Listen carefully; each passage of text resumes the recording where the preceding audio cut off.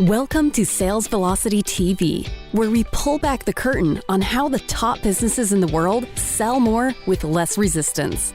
Bringing over 50 plus years of combined sales experience and over 100 million in revenue generated, please welcome the hosts of Sales Velocity TV and two incredibly entertaining gentlemen, Andrew Cass and Aaron Parkinson. Aaron, my man, how's it going? It's going great. We're back. I'm excited. Let me unpack the we're back thing. If you've been following our show for a little while now, you know we've been in a very slow, gradual process of rebranding and redoing the show and going bigger and broader. Sales Velocity has been around for a long time. But the project's taken a little longer than we expected, so we're still kind of rolling here into the last few formal episodes of Sales Velocity TV. We might do a couple more before we have our, and I don't want to announce the name yet because we're still like 99% on the name of the new show.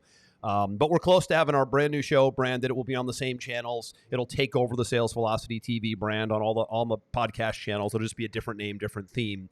So we're going to unpack some AI sales tools today. We're going to get right back into it. More to come on the new name and the new theme and the new direction, but the AI conversation is pretty big. Aaron, I did a webinar about 2 weeks ago for my entire Pipeline Pro community. We have a certified partner program, as you know, and that partner program allows us to certify people on our technology and then put them into the SaaS business to be able to consult and implement and bring SaaS to business owners. Yeah. What I noticed in our research, we pulled some really important stats, is the two areas right now where all the money is flowing as far as spend. Big business spend, even government spend, is going to two places. It's going to AI and it's going to SaaS. Two places. Now, SaaS requires people. AI does not. These AI tools are all robot tools, so to speak. And this is sort of, this is all the rage now. You hear, there's not a day goes by on CNBC that I don't hear some kind of AI tool or some stock that's up 500% or some company Microsoft is buying out for how many billions of dollars, I don't know. So it's moving pretty fast. I have a love-hate relationship with it, Aaron, as you know.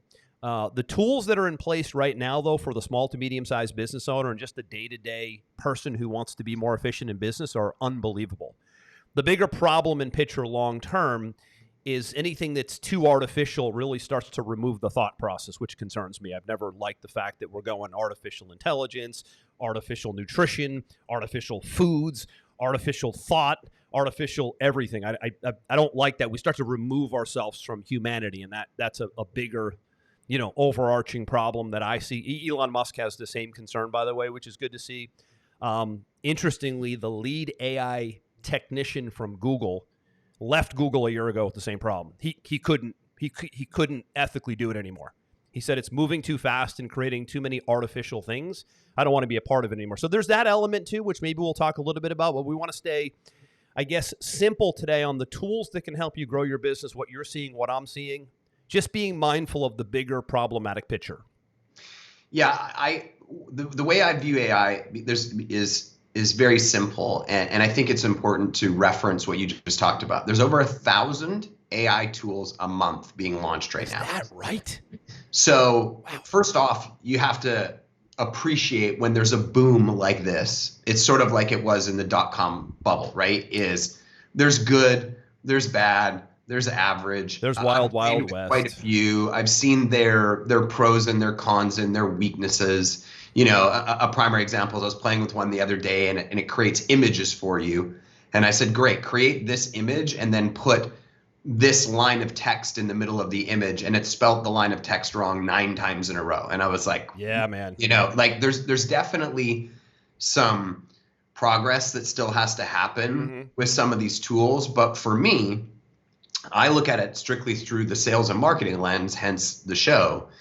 And I'm looking at it strictly from the speed and the efficiency and in many cases, the cost savings elements of AI and what they can do for my business to really take it to the next level. And that's the stuff that I'm really going to focus on today. And so let's just jump right into it. Aaron, before you do, you talked about that little example you had where something came back like wrong and weird for you. Yep. So there's this crazy image floating around the internet right now. This will make you laugh. You've probably seen it. You're not in America, so maybe not. So I get scared about how AI can actually like manipulate images. Like it could make you and me look like a bodybuilder real deal tomorrow. Like we could all of a sudden make the AI tool turn us into like a 250-pound bodybuilder ripped to the bones. And so like it's a lot of fakeness. Yeah. So I think this is a meme going around. Joe Biden and Donald Trump with their arms around each other at a picnic. AI image looked so real it was scary, and clearly it wasn't. Wow. So my concern is like the manipulation of like the political landscape. That really concerns me. It's the not only the images, but also the planting of thoughts and, you know, parties potentially pushing agendas. Or I again, with no evidence to prove this, I think there's a side of AI that is a giant propaganda push. But I hope I'm wrong. I genuinely hope I'm wrong. And I think that it's always good to be cognizant of the dangers. But for me, you know, and maybe it's just because I like to live in my own bubble, I focus on where are the benefits for me now? What do I need to learn how to use, and how can it potentially improve our efficiency, our costs in my life? And it's funny because that's why we do a good show together. And I'm like the other way. I'm like, where is there too much government overreach? That scares the hell out of me. I need to dig deep and find out what's going on and how to protect myself against it. So like, you're always that guy. Like, how's this going to impact humanity? Where are the dangers? Where are the dangers? And listen, the interesting thing about independent thinkers like us, like myself, I take pride in this, is that when I genuinely get concerned or I have a prediction that sounds pretty grim, I actually genuinely hope I'm wrong. The difference between non-independent thinkers, the crazy globalists that make these predictions, they actually hope they're right. Okay, that's a different rabbit hole for a different show. Yeah, different show for a different day. Well, let me get kicked off into some of the favorite tools that I'm using right now. I'm just going to start with the granddaddy of them all right now, which is ChatGPT. Yes. And I still think there's a big misunderstanding or lack of knowledge around what ChatGPT can be used for. And there are some amazing things that I'm using ChatGPT for, and I'm just talking about it through the marketing lens, right? So, you know, just from a pure research standpoint, usually when I'm doing research, I have to go to Google. You know, I've got to go down the rabbit hole of different sites. I've got to, you know, it takes a lot of time, right? And an example I'll use with you the other day, Andrew, was I was approached by an investment bank to do some marketing to bring them more, you know, high quality individuals that they could lend capital to. Yep. So I started going down the rabbit hole of, okay, when I do marketing, I tend to target competitors first. So I went into ChatGPT and I said, hey, who are the 5 closest competitors, you know, for a bank? Right. And they said, OK, well, use financial news websites and reports, consult industry reports and market research from financial institutions, review the annual reports and filings of the bank in question because they can mention their competitors. Great info, right? You know, conduct a competitive analysis using tools and software designed for market research. And I went, OK, that's a good start. I want something more specific. So I said, just give me 10 financial news websites then, because it mentioned it. And boom, Bloomberg, CNBC, Reuters, Wall Street, Financial Times, MarketWatch, Yahoo Finance, Barron's, Investing.com, Forbes. Great. Boom. Block set aside for things that I could target. Then I said, great. Now give me 10 financial subject matter experts. They said, no problem. Warren Buffett, Ray Dalio, Janet Yellen, Mohammed El-Arian, Sue Zorman, Robert Schiller, Howard Marks, Mark Cuban, Peter Lynch, Nassim Taleb. Awesome. Boom. Subject matter experts locked in.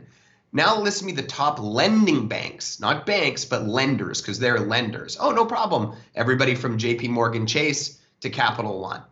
Fantastic. So it's drilling down for you. It's drilling down. And if you ask it to drill down more and more specific, it will. I said, great, give me the top financial news TV shows in America. Yep. No problem. Mad Money, Fast Money, Squawk Box, Bloomberg, Closing Bell, Power Lunch, Wall Street Halftime Report, Sue Zorman. Awesome. Boom. Another section, right? Great. You know what? Give me the top 10 apps that people use for finance. Bang. Mint, Robinhood, Acorns, Personal Capital, Cash App, Venmo, Betterment, Stash, Credit Karma, Chime. Damn. I'm thinking, man, it would have been nice to have this in college. How do these college kids must be able to whiz through research? There's actually AI tools now reading submissions in college to see if it was developed by AI. There's AI to combat AI. So they can see if you're cheating and just basically again having the whole thing think for you, right? Yeah, well, you can just get a whole thing. Like here's the craziness of ChatGPT. So the other day, a friend of mine has started this company where they're doing personal branding for people. Yep. So the first thing he does is he does a 90-minute interview with the new client. Tell me all about you, what moves you, what you're driven by, what's your origin story, all these million questions.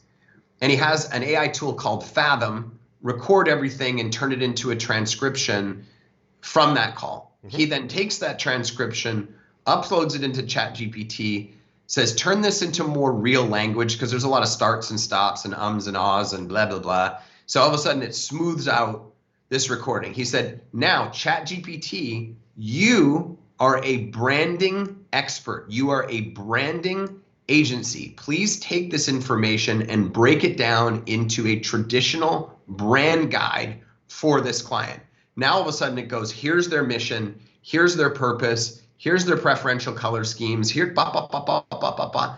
This is the kind of stuff that would have taken hours and hours and hours. And of course, at the end, you take your experience and your wisdom, you add a little, you tweak a little, but we're talking about stuff being done in minutes. You and I both know, is it easier, Andrew, to write copy on a sales page or tweak copy that somebody else has written on a sales page? Anybody would rather not start with a blank white slate, right? So this is a good starter for a lot of things, oh my God, it's an amazing starter for so many different things. And so ChatGPT, it's all about the prompts that you give. And a lot of them are. So I guess you have to be pretty intelligent on your prompts to get an intelligent reply and an intelligent path, right? And you have to play with it a little bit to I've not used it for the research element you're talking about right now, which is intriguing to me. I always think about it as like a writing tool, right?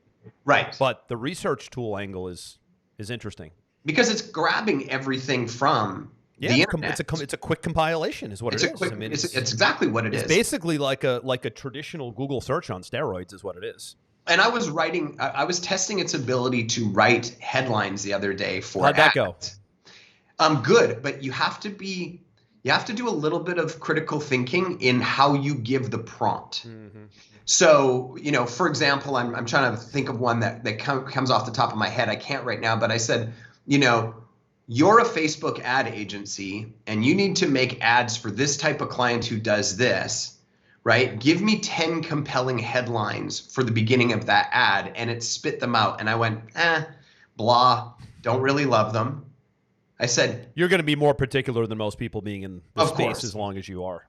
So I said, take these ads and transition them from their current format into fear-based headlines. So make them a little more dramatic, like National Enquirer or something, right? So all of a sudden it gave me fear-based derivatives of those headlines, and they were exponentially better. Wow. So it's about understanding the prompts and then starting to make a file of these prompts of how you ask it for what it wants. If you want it to be funny, you have to ask it to be funny. If you want it to be analytical, you have to be analytical. If you want it written from a fear-based standpoint, you have to be very specific about what you ask, but the better your prompts, the better your outputs. Yep.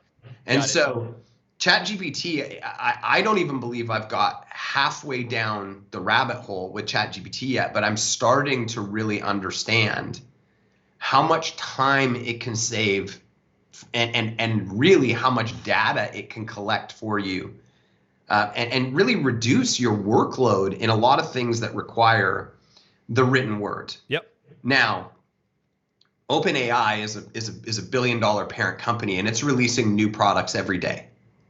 So one of the things that I added to my ChatGPT is their image generator, which can go in the same interface. Yep. It was developed by ChatGPT, right? So if you ask it something like, design a logo for a new tech startup, it's literally one of their prompts on the page as an example of what you can ask it to do, right? It will literally design you 25 logos. Really? If you want to, one of the examples that it gives is,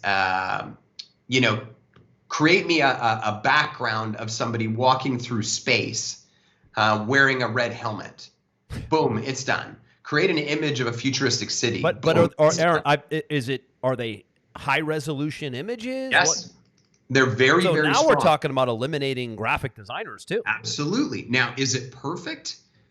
Again, it's kind of one of those things where you have to figure out your prompts, because the more specific your prompts, the better off your deliverable is. Now, in this particular case, when I was trying to get it to write text, because we like to do images with text written on them, it really struggled with writing text on its own image. It hasn't, I don't know why it doesn't like to do that, but it struggles a little bit. But for just creating images, unique, royalty-free, one-off, you own it images, it is amazing what it can punch out. Now, here's to my point earlier, I mean, that image I mentioned looks so real, it was scary. Absolutely. Now, here's the one that really blew my hair back this week. Can you imagine, Aaron, the amount of models just, you can't even tell if they're real anymore. Artificial intelligence. I've seen some of these girls and ladies and influencers online as of late, and I'm like they went so far with the AI, they don't even look real. Lips, face, cheeks, hair, it's like they look like cartoon characters. Again, artificial everything. Well, and here's the one that really threw me off this week, because you and I both know the amount of money we have to spend on video is off the charts. Now, most of the stuff that we do is we will video ourselves and then we'll have it edited and we'll add transcriptions and all of this kind of stuff, right? There's now a new open AI product, same as ChatGPT, same as Image Creator, called Sora. Sora. Sora will show you on its site 9 versions of videos that it created with just voice to text inputs. So the example that I'm looking at right now is I see a guy with a spacesuit on, with a red knit cap. Are you looking at this right now? I'm looking at it right now. In Mars, walking out of his spaceship. I'm talking, Andrew, movie quality, not illustrated. I had somebody show me something like this recently. Quality. I'm looking at another one right now. There's a lady walking through China, really like beautiful fashion, design, sunglasses, night, lights everywhere. Uber high quality video production. And all that it was asked, Andrew, all that it was asked was this: I would like a stylish woman walking down a Tokyo street filled with warm, glowing neon and animated by city signage. She wears a black leather jacket, a long dress, and black boots. This was the prompt, and it's a full-blown cinematic 1-minute video piece. Absolutely wild. Can you send that to me after the show? I'd love to see that. Absolutely. And it's actually, if anybody wants to see it, it's their homepage video at Open. So are you saying there's no person in this video? There's no human being in this video is what you're saying. I mean, it looks like there's a million people in this video, but there's no, like, this isn't a video of a real person. That's my point earlier. It's incredible, isn't it? It's like, no more hiring talent, no more like, to do this in the real world, you'd have to set up. Oh my God, a whole video crew. You'd have to have licenses, permits, be in Tokyo, lighting, the whole thing. Andrew, I know you're probably trying to pull it up on your side right now. It's just openai.com/Sora, Sora. And you'll see about halfway down the page, the very first video, it says every video on this page was created by the software itself just using a prompt.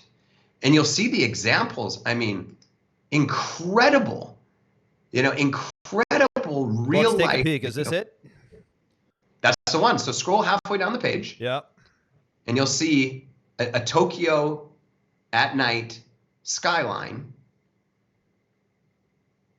It's looking like it's taking a second for it to load for you there. Do you see, scroll up a little bit? Next one up.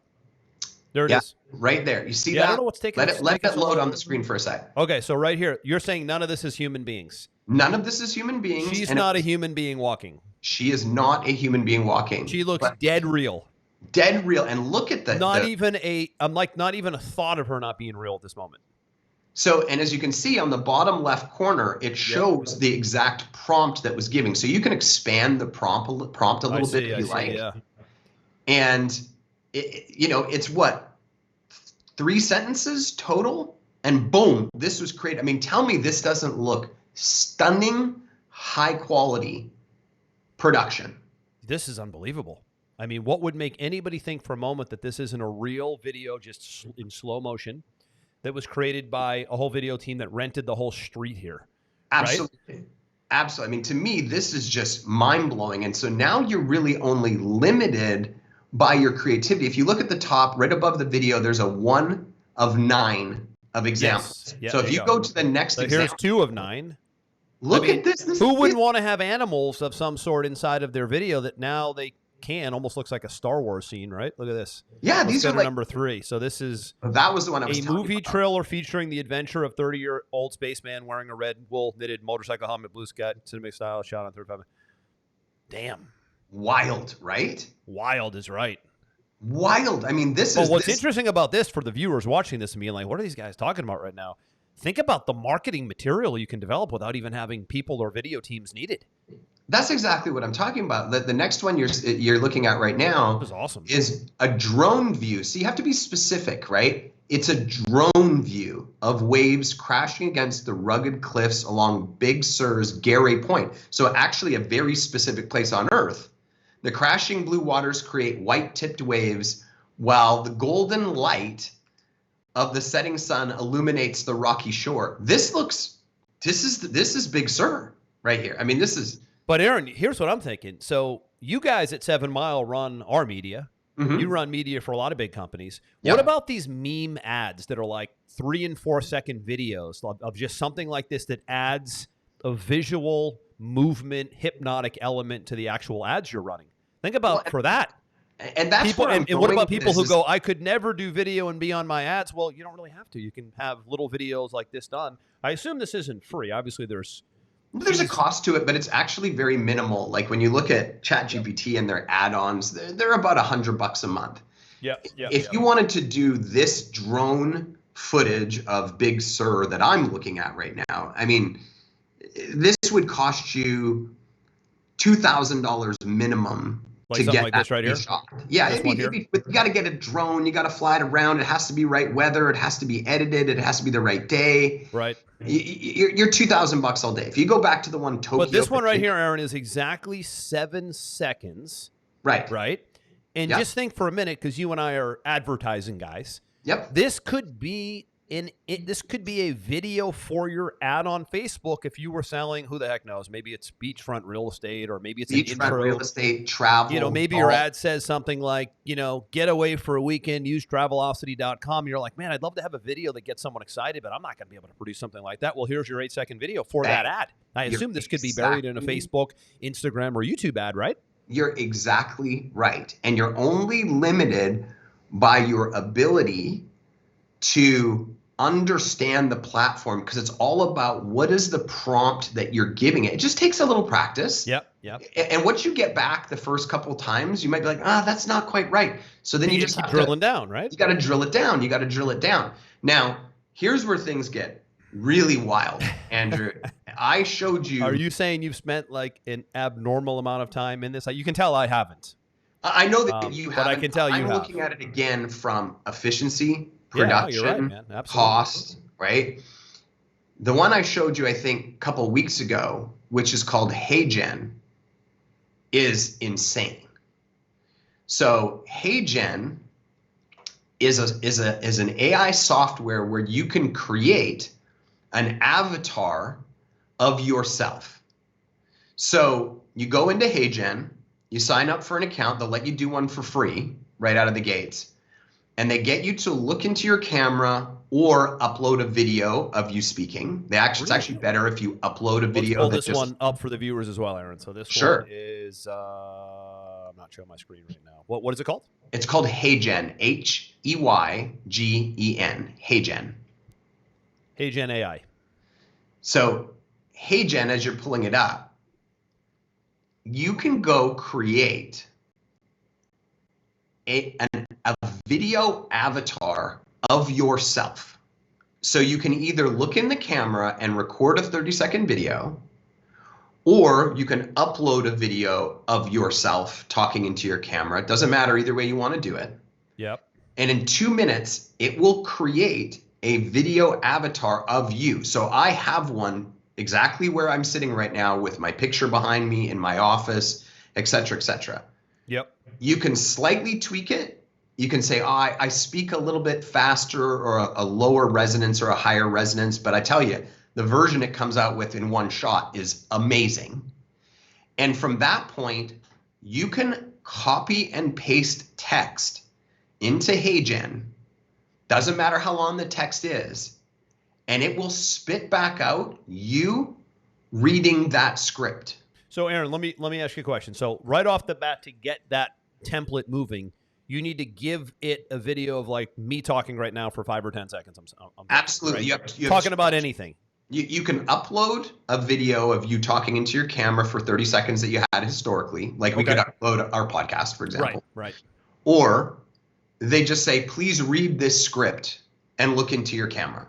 It takes all of 2 minutes. And then that template is basically buried in there for any future video production. Correct. And now you've got the avatar created. You can now just take documentation and copy and paste the text and drop it inside of HeyGen, and it will spit out you doing that video. I have had so many people say there's no way that this is real. This isn't you. No, it's me. I actually sent my son. I had him make an avatar in my office, and then he said, I don't believe this is going to be any good. So write a script that I would never say. I think you showed me that. Yeah. And that's right. And I sent it over to him, and it said something along the lines of, my dad is the most handsome man on the planet. Yeah. You know, he lifts more than I ever will. He'll still be able to beat me up when he's 90 years old. And I sent it over to him. And I'm watching this going, he would never say that. Exactly. Well, he posted it on his social, and his friends freaked out. They said, this is the craziest, to your point, deep fake scary technology I've ever seen in my entire life. So there's definitely downsides to it, but think about it from this perspective. When you're a business owner and you know you should be making content, right? And you just can't. You just can't. You're so busy, right? Now, you could literally go into ChatGPT, for an example, and let's say you were an insurance agent. Let's say you were that was your business, right? You go into ChatGPT and you say, please find me the 10 biggest concerns that customers have about signing up with an insurance agent. And it goes 1, 2, 3, 4, 5, 6, 7, 8, 9, 10. Right? Here's their 10 biggest concerns. Now you say, okay, this concern number 1, write me a 500-word article about this concern. Boom, now it creates you a 500-word article. Now you take that 500-word article, you copy, you paste it into HeyGen, and you say, HeyGen, go make me a video saying this. Boom, it spits it out. Now you take it and you pop it into social. You could literally create thousands of pieces of high quality content. You could have somebody as a machine, like a human, just repeating this content engine over and over and over again. And now guess what? You and me, we're not the bottlenecks anymore. Because I don't know about you, but like in the agency, for example, we're trying to get clients to record ad videos all the time. We're trying to get them to re-record, VSLs. And now you could get them to record something once. Because the problem is I'm waiting on them. They got to get it in their schedule. They do it wrong all the time. So that one time, so you guys could technically run the AI-powered tool for the client once you have that core template video, right? Is that what you're saying? Exactly. I just want it one. So the system we just looked at needs like a good, 20, 30 seconds, 10 seconds? How long does it need of the person talking before it goes, captured, I got it, now I can replicate it? 30 seconds. So you have to talk for 30 seconds about something. Yep. And you could talk about anything. You just need to talk for 30 seconds, right? And you just need to make sure that on that 30 seconds, you've got a good mic, you've got a good background. Because it's going to replicate the environment. Because it's going to replicate the environment. And that's one of the biggest things is the environment changes all the time with our clients. Sometimes they're in the car. Sometimes their mic is bad. Sometimes their lighting is bad. World. Holy moly, man. I mean, and now I could say, okay, I'm going to take 100 scripts, copy and paste into HeyGen, and now I've got 100 ads done in 5 minutes. Now, are you guys doing this yet in your agency? Because I know that you do a lot of YouTube and YouTube Reels, and I'm thinking about it for me because, Aaron's team, by the way, if you're watching the show for a long time, Aaron owns 7 Mile Media, which is a huge private boutique advertising company. I own Pipeline Pro, sales and marketing CRM. So they drive our traffic. And I'm like, we've done a few videos for Pipeline Pro. They've done okay. We do better with images, but Why are we not doing a new video a week? Testing a new video or two a week. Once I do my 30-second script, I'm out. Well, and the big just reason focus that on we the words haven't in the done script it now, right? And the funny thing is, because this is real life. This is a real life show where we talk about real life things. Wait a minute. Hold on. Are we really here? Or are we just holograms? Because that's don't get me going. Be honest with our listeners right now. We are here. The reason that we have not tested more videos for you is because you are a pain in the ass to nail down to shoot videos. Who, me? Yes, you are. Well, I think everybody kind of is to a degree, right? Because what video, I was gonna say here's the thing. For all the reasons you mentioned, it's like, okay, I got to set up, got to get my lights going, I got to nail it, right? I got to get the scripts going. Like it's very time consuming and it's a little nerve wracking. Right, and I'm not pointing you out as an anomaly. I think you're pointing me out as you're the same as everybody. Yeah, as sort of the template of what most people are, right? So the only reason that we haven't rolled this out from an SOP standpoint inside the agency is what I was actually trying to figure out with HeyGen is, can I create 40 avatars? I think we have somewhere between 40 and 50 clients. You mean try different people for the same ad? Funny enough, inside of HeyGen, there's actually other avatars of other humans. So if you don't even want to be on camera. So like you don't want to be the pitch person, right? You don't want to be the pitch person. They have built-in avatars of young women, middle-aged women, older women, young men, business-looking men, athlete men, and you can just copy and paste all your scripts in, and they'll they'll come out with red scripts. But yeah, it's funny you say this because you got me thinking too. Because in one of our done-for-you deliverables, we actually have video production done for our top-end clients, UGC-style videos, where we'll go grab an actor, and give them scripts, and have them create like 5 different little commercial-style versions. But I'd rather it be the client, but I know what you just said. 99% of people, they don't feel comfortable doing video. They don't have the right equipment, and it actually deters sales. It just slows everything down. And I'll close the loop on what I was saying before. I was gung-ho to roll this out, doing exactly what you said 2 minutes ago, a month ago. Can I be the test case? I said, every client, I want to put an SOP in onboarding and say, go into HeyGen, here's your script, record 30 seconds, be this backdrop, this mic, now we're done. It's like a one-shot deal for the client, man. You just got to get it right for 1 minute. Now the problem is, with HeyGen, there's always a problem, right? The problem with HeyGen is they don't want to give you more than 3 avatars per account. So it doesn't work the way that I want it to. So I'm going to have to. So there's limitations now. Right. So what I'm going to have to do instead is I'm going to have my clients sign up on their own accounts when they sign up, which is fine. It's not hugely expensive. And I'm going to have to walk them through creating their avatar and then add us to the account as a seat.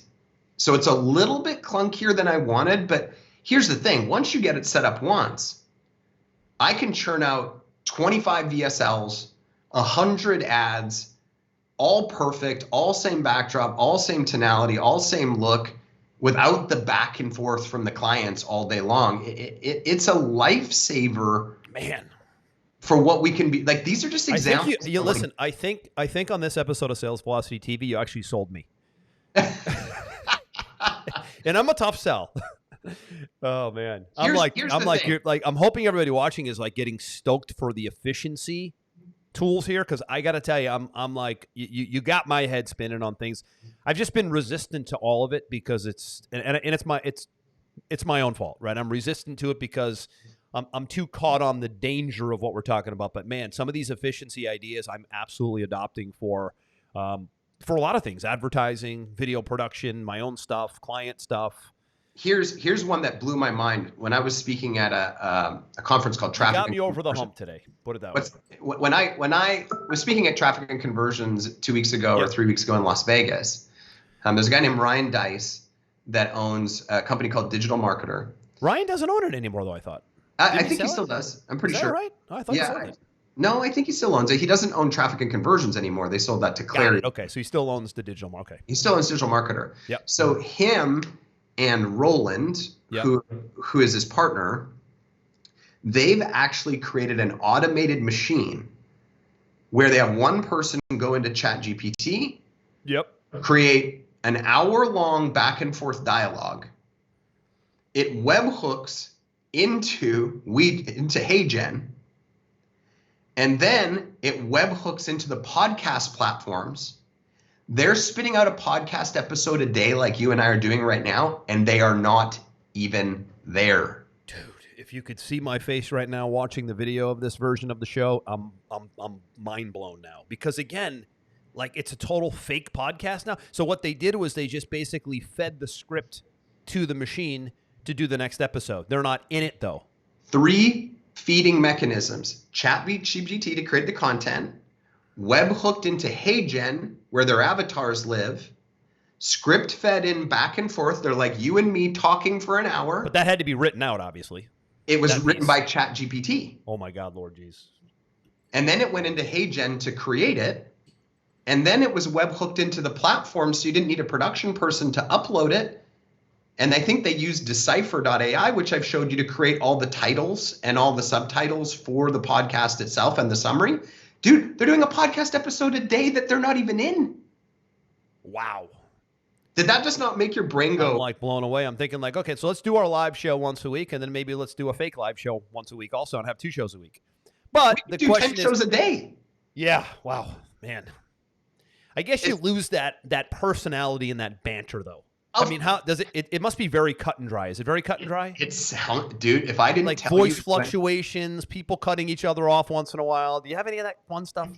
If I didn't tell you that it was fake, you Can would you send me a link when we're done here, please. Yes. Yeah, I'd love to see what the show looked like non-live, that version, and the difference between live. Like, did it lose personality? Did it lose humanity? Did it lose banter? Did it lose ad-libbing? I don't know if I would go down the road of, and just so everyone's clear today, this is not an AI-generated podcast. We are real here today. For the second time, we're really here. Can you imagine if I finished this today and said this was all AI-generated? People's minds would fall apart. It'd be, yeah, it's like Jetsons. The Jetsons mind-blowing. This is real. We are real today. It is February 16th, and we are here. But my point is you're only limited to your creativity with these tools. And they're going to put certain industries out of business. I've been saying this for 2 years now. Oh, they're going to crush video producers, and they're going to crush graphic designers, and they might even crush some copywriters. Copywriters? Think about that. That's a problem. Huge. Copywriters, huge. Yep. Designers, huge. Video production, huge.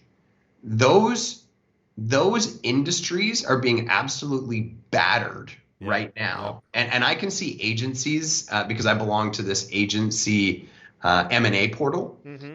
I see agencies daily going up for sale with fire sale pricing that are related to copy, graphics, video. People are trying to get out of them fast. But listen, it's a commodity business anyways. I don't know necessarily. I think the copywriting side will suffer the least. But commoditize things like graphic design and video, people shop those things. But if you understand direct response copywriting and marketing like we do, we understand that when you have a really good direct response copywriting human being, they will be able to drill down and really capture your voice and capture your messaging better than any bot or machine will ever. Now, the machine can certainly help. Right? And here's what I'll say to that. And my guess is copywriters are using it as as an amplifier today, if I had to guess. What I said to my copywriters, my graphic designers, my video creators is phase 1 is I used to give you on this project, for example, 5 hours to complete it. Uh-huh. And I was giving you $50 an hour on this project because that's what we had figured it takes to do X project, right? I went back to them 3 months ago and said, you are now getting 2.5 hours because you're either already using AI and it's not taking 5 hours, but you're billing me 5 hours, or you need to start using AI and getting it done in 2.5 hours. Because either way, I'm cutting your input hours, your output hours, your billable hours by half, effective immediately. So you either adapt or you're gone. I love it. That's a really smart thing to do because most likely if you're using outside vendors in any capacity, let's take the big 3, video, graphic design, and copywriting. Correct. There's a good chance that they might be, do I dare call it cheating, that they might be cheating with the AI tools. And I wasn't saying to them, don't use them. Yeah, I was saying, if anything, do use them. I think listen, you and I have always been old school, new school, hybrid guys. We've always said, okay, let's always figure out how to create a great selling process or marketing process with both internet and non-internet. So people and non-people. So it's the same thing with the internet, right? When the internet came on board, people wanted to never speak to anybody again and have the internet email autoresponders do the selling for them or whatever, right? But I've always stayed in the middle, and I think we probably will end up staying in the middle with AI. Is the combination of a human being who's smart and AI tools that are smart combined will always do better than just one or the other, I believe, in time. Well, and I'll wrap it up with this because you and I both have calls starting at the top of the hour. I talked to a client, it wasn't a client, a prospect the other day, has a huge real estate land directory online. So think like, I'm trying to think of a real estate directory like Zillow, right? So like a Zillow, but for land. Big company doing well, let's call it, not big company, 8 figures a year, but doing well. He went down the AI combined with webhooks and automations rabbit hole a year ago and said, I'm on a mission to become as efficient as possible, leveraging all of these tools. In 12 months of research, he dropped his overhead by 80%. 80% by doing research, vetting out the good tools, not vetting the other tools, and eliminating what you said, the commoditized people in his business. The stuff that you can pull that don't require people as much as some of the things that do. Yes. Right? Like I wouldn't want to replace a sales guy, wouldn't want to replace a good copywriter, but I'd replace a graphic designer all day. I'd replace a video production person all day, right? So there's probably going to be huge opportunity for cutting costs and replacing people, which, by the way, scares me for people. I mean, this would be a really bad time to be an employee, right? Like if you're an employee of a company, if you're in a job right now and you don't have some sort of control of a business or some sort of consulting play, you could be moved out for AI technology anytime. Well, you can put your head in the sand and ignore it, or you can understand and admit that it's here and realize that you have to up your value proposition in the marketplace before you get eliminated. And if you can sell, it's a sales show, right? I've always said, if you can sell and communicate, you're pretty insulated, right? The good companies and good businesses are always going to be looking for people who can sell and communicate in person. Real people who can sell and communicate are always going to be very rare population, really rare part of the population. Correct. Right? But very sought after, right? These are the leaders. These are the people that persuade and produce results, is good communicators and good salespeople. Now, along with these AI tools, right? I told you in the beginning, we're launching an AI tool really soon here. We'll probably roll it out on the podcast. We're calling it at this time Lead Gen AI Sales Assistant because it allows you to scrape data from the internet, reach out to your prospects, and then the AI tools will actually help you craft messages that are specific to the prospect. It's a really cool tool. We just partnered with a company that's designed this for us. It's going to live right inside of our software. Really cool because, you can prospect and you have canned approaches. You get these all day long, Aaron, but then you can prospect and they can be personal to the prospect. And each prospect, based on the AI tool going out and learning about Aaron Parkinson, can send a message that might say, hey, I saw that you're an avid New Orleans Saints fan, and I saw that you own an agency for 7 years. Would you be interested in maybe looking at a new payroll company? But what got your attention? Would you be interested in a new payroll company or the fact that they knew you were a Saints fan and had an agency? Absolutely. That's what it does. I feel connected with. It pulls the personal information into the equation because the AI tool is able to go out and find what's public about you. I don't know if maybe it says you're an avid Saints fan on your Facebook page. Maybe your LinkedIn profile says, I'm the owner of 7 Mile Media for 10 years now. Whatever is out there can be pulled instantly and used as a connection device, as a hook. a hook, an attention grabber, hey, I saw that you went to Hofstra University and played football, and I went to right here and there. Right, when it pulls that, it's like, man, they did their research. Well, yeah, they did, but the AI tool helped them do their research in 5 minutes instead of 50 minutes, right? There's the research. So a lot of different opportunities in the AI space right now. We just wanted to share some of them that were working well for us. Go down the rabbit hole, play with them, think about efficiency, think about profit, and we can't wait to share more great stuff with you on the next show. I think there's going to be probably a lot more coming, Aaron, as we talked about here. I think there's a lot of AI tools coming our way, so I would say stay tuned. I've got one coming out. You know a whole bunch, but man, this kind of blew my mind today. So, folks, we will see you in the next episode. It will probably be Sales Velocity TV before we roll it into the new one.